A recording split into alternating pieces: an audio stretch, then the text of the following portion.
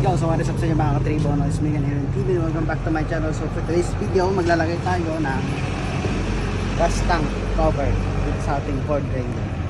Ayan, dito. So, watch out for this. Kasi hindi ko patanggal to eh. Hindi ko alam kung ano nangyari dito. So, susubukan natin tanggalin.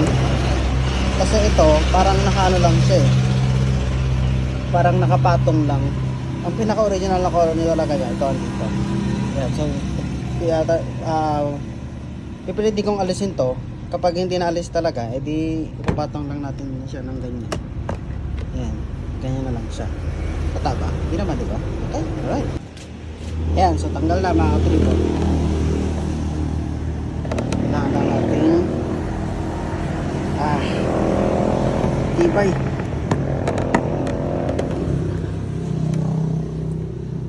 Tingin to.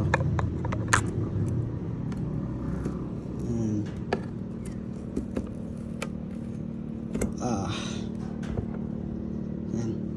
Tanggal na yan.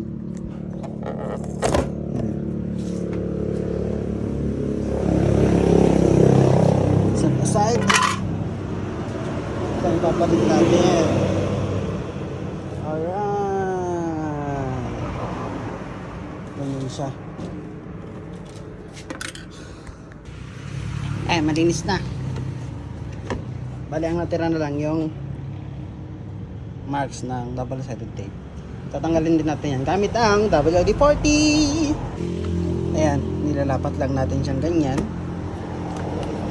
Ganyan na magiging itsura niya. So, angas.